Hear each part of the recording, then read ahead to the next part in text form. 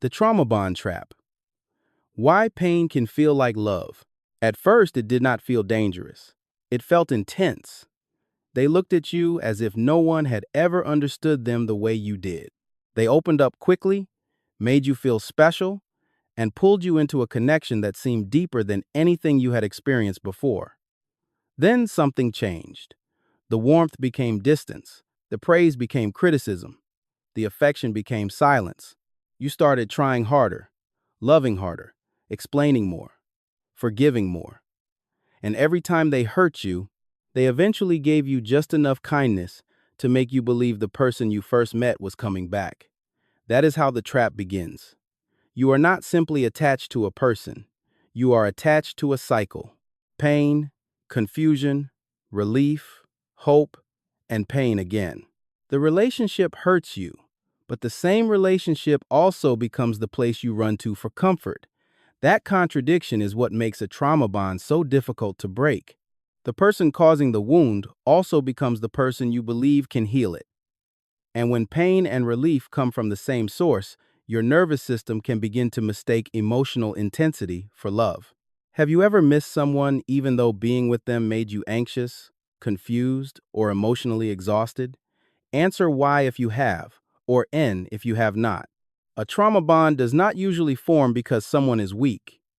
It forms because the human brain is designed to seek safety, predictability, and connection. When affection is consistent, the nervous system relaxes. But when affection appears and disappears without warning, the brain becomes more focused, not less. You begin watching every message, every facial expression, and every change in tone. You search for clues. Are they angry? Are they leaving?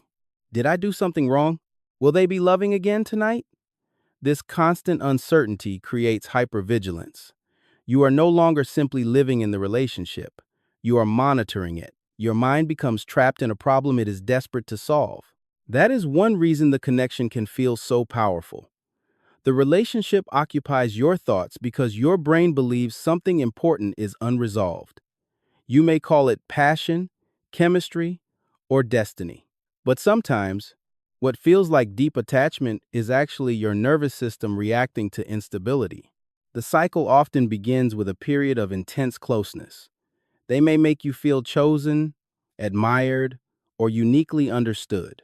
They might say things like, "I have never felt this way before," or "You are the only person who truly gets me." The speed and intensity can make the connection feel rare.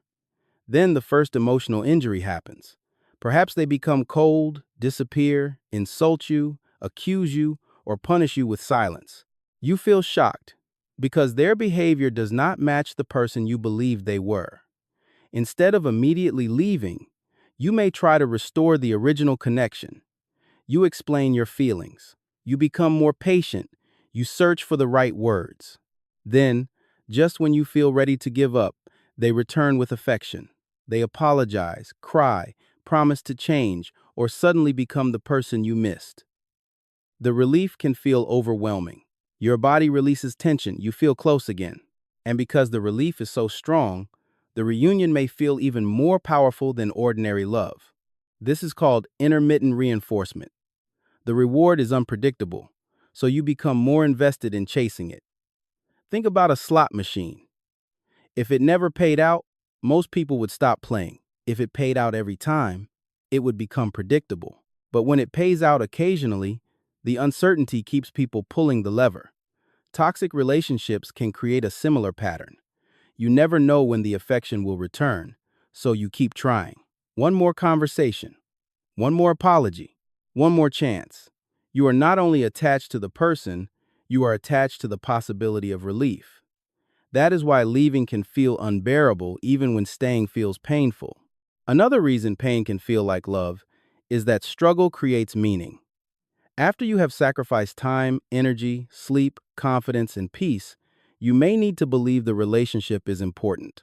Otherwise, you would have to face a painful question. What was all that suffering for? The mind often protects itself by turning sacrifice into proof. You think, "I would not fight this hard if it were not real." But effort does not always prove love. Sometimes, It proves that you have been trying to survive something that keeps injuring you. A relationship is not valuable because it is difficult. Pain is not evidence of depth. Confusion is not evidence of mystery. Anxiety is not evidence of connection. The bond can become even stronger when the person occasionally shows vulnerability. After hurting you, they may tell you about their childhood, fears, trauma, or abandonment. Suddenly, you stop focusing on what they did and start focusing on why they did it. You feel compassion. You tell yourself they are not cruel. They are wounded. You begin seeing yourself as the one person who can save them. Their pain becomes the explanation for yours.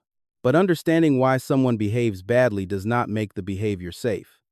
Compassion without boundaries can become self-destruction. You can understand someone's wounds and still refuse to become their target. Are you staying partly because you believe your love, patience, or loyalty will eventually heal them? Answer why if that belief keeps pulling you back, or N if it does not. Trauma bonds also grow through self-doubt. Over time, you may stop trusting your own perception. When you confront them, they deny, minimize, or reverse the situation. You say, "That hurt me," and they respond, "You are too sensitive." You say, "You disappeared for 3 days," and they say, "I needed space because you were overwhelming me." You say, "You insulted me," and they say, "I was joking." Eventually, you begin questioning your memory and emotions. You may rely on them to tell you whether your pain is valid. This gives them enormous power. The person who hurts you becomes the judge of whether you are allowed to feel hurt. Then comes shame. You may hide what is happening from friends or family because you already know what they will say. You may defend the person, soften the details, or blame yourself. The more isolated you become, the stronger the bond can feel. Without outside perspective, the relationship becomes your entire emotional world. You may think no one else understands the connection. In reality, isolation makes it harder to compare what you are experiencing with healthy love. Healthy love does not require you to constantly recover from it. Healthy love can include conflict, mistakes, and difficult conversations, but it does not repeatedly destroy your sense of safety. You do not have to earn basic respect. You do not have to decode silence. You do not have to prove your loyalty by tolerating cruelty. Healthy love allows repair. A real apology includes responsibility, changed behavior, and respect for your boundaries. A trauma bond apology often creates temporary peace without permanent change. So how do you break the trap? First, stop asking only how you feel when they return. Ask how you feel most of the time. Do you feel calm, respected, and safe? Or do you feel anxious, confused, and afraid of making a mistake? Do not judge the relationship by its best moments. Judge it by its repeated pattern. Anyone can be loving for a day. Character appears in consistency. Second, write down the cycle. Record what happened before the apology, what they promised, and how long the change lasted. Trauma bonds survive through selective memory. When you miss them, your mind may replay the beautiful moments and minimize the pain. Written evidence protects you from emotional editing. It reminds you that the good moment was part of a larger pattern. Third, create distance. Distance gives your nervous system time to calm down. That may mean reducing contact, blocking messages, avoiding places where you expect to see them, or asking someone you trust to support you. The first period of separation may feel like withdrawal. You may experience panic, cravings, guilt, or intense loneliness. That does not mean leaving was wrong. It may mean your body is adjusting to the absence of the cycle. Fourth, rebuild trust in yourself. Start making small decisions without asking for their approval. Pay attention to your discomfort instead of explaining it away. Speak to people who respect your reality. A therapist, support group, or trusted friend can help you identify the difference between love and emotional dependency. You do not need to solve everything alone. Fifth, stop waiting for a perfect ending.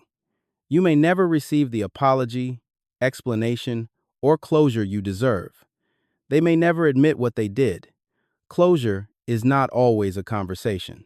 Sometimes, closure is accepting that the pattern itself was the answer. Are you ready to judge the relationship by the pattern instead of the promises? Answer why, if you are ready to choose clarity. Or N, if you still feel trapped by hope. The hardest truth is that you may genuinely love the person. Breaking a trauma bond does not require pretending the connection meant nothing. It means accepting that love alone cannot make a harmful relationship healthy. You can miss someone and still stay away. You can care about their pain without sacrificing your peace. You can remember the good moments without returning to the cycle.